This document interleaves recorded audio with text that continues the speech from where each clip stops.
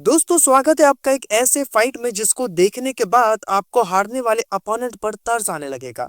तो रिंग के एक तरफ एक छोटा सा प्यारा सा कीड़ा और दूसरे तरफ है जिसे आप अच्छी तरह से जानते हो, घर के कोने में पाए जाने वाला कॉकरोच।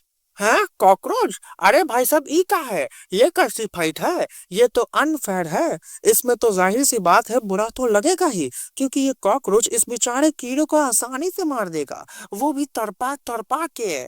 मैं भी पहले कुछ ऐसा ही सोच रहा था, मगर कहानी कुछ और है। ये कीड़ा जिसका नाम है ज्वेल वस्प, इस कीड़े के मासूम से चेहरे पर मत जाना। ये कीड़ा कॉकरोच के साथ जो करता है उसे देखने के बाद आपको कॉकरोच के लिए बहुत बुरा लगेगा। पहले तो ये कीड़ा डंक मार के कॉकरोच के आगे के दोनों पैर पैरालाइज कर देती है, वो भी थोड़ी देर के लिए। ऐसा करके वो उसके सर तक आसानी से पहुंचकर अपने डंक के जरिए से जहर को उसके दिमाग में डाल देती है, और बस यहीं से उस कॉकरोच का बुरा वक्त चालू हो जाता है।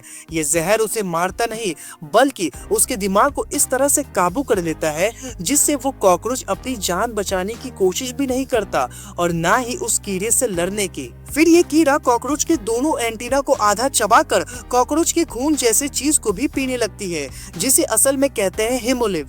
और डरावनी बात तो ये है कि कॉकरोच उसे ऐसा करने के लिए रोकता भी नहीं। ऐसा लगता है कि उस जहर ने कॉकरोच की इच्छा ही खत्म कर दी है जान बचाकर भागने की, भले ही वो चल सकता है तो भी। कीड़े की प्यास बुझने के बाद कीड़ा अपने मुंह से उसके बचे हुए एंटीना को पकड़कर अपने साथ ले जाने लगती है, और कॉकरोच भी उसके साथ साथ चलते रहता है, जैसे कि एक मालिक अपने कुत्ते को पट्टे से पकड़कर लेके जाता है। कीड़ा कॉकरोच को एक छोटी सी गुफा में अंदर ले जाकर उस कॉकरोच के पेट के आसपास एक अंडा देती है, और देने के बाद कीड़ा उस गुफा को बंद कर देती है और अपने अंडे और उस कॉकरोच को उसी गुफा में छोड़कर चली जाती है।